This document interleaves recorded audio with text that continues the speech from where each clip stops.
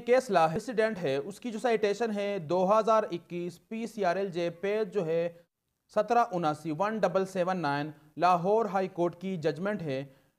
इसमें ऑफेंसेस जिनकी सज़ा 3 साल हो वो कग्निजेबल अमूमन होते हैं,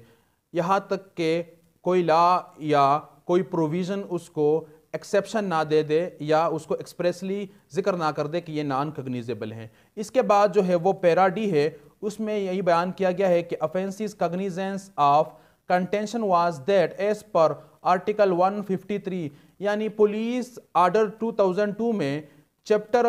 16 में ऑफेंसेस बयान किए गए हैं और उसमें कहा गया है कि जो ऑफेंसेस है आर्टिकल 148 से लेकर 152 तक वो कग्निजेबल है और ये डिस्कस किया गया है आर्टिकल 153 में। अब क्या ये प्रोविज़न जो है वो लागू है या इसने बार किया है जो नेक्स्ट प्रोविज़न है 155, 156, 157।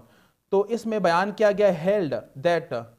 contention was repelled with the verification that articles 148 to 152 of the police order 2002 fill and chapter 16, whereas article 155 was part of chapter 17 of police order 2002 which specifically dealt with the offences committed by police officers, and chapter 16 had no overriding effect on any other provision of police order।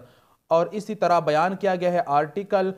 183 में, बयान किया गया है article 183 में। इसको हम discuss करते हैं। तो हमारे सामने आर्टिकल 183 है of police order, powers to prosecute under any other law not affected.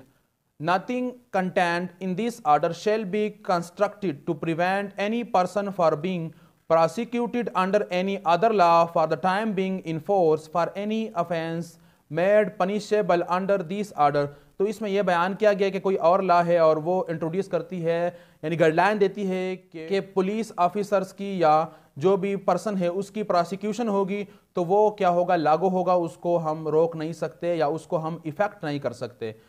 तो इसी तरह जो पैरा डी है उसमें कहा गया है कि आर्टिकल 188 की वजह से जो जनरल लॉ है CRPC वो बार नहीं है, लिहाजा ये ऑफेंसेस जो है चैप्टर 17 के वो कग्निजेबल है। और कग्निजेबल इसलिए है कि जनरल लॉ यहाँ पर प्रिवेल होगी और वो गाइडलाइन देगी क्योंकि स्पेशल लॉ साइलेंट है। और कैटेगोरिकली आर्टिकल 183 में बयान किया गया है कि इस ऑर्डर के जो प्रोविज़न है वो किसी और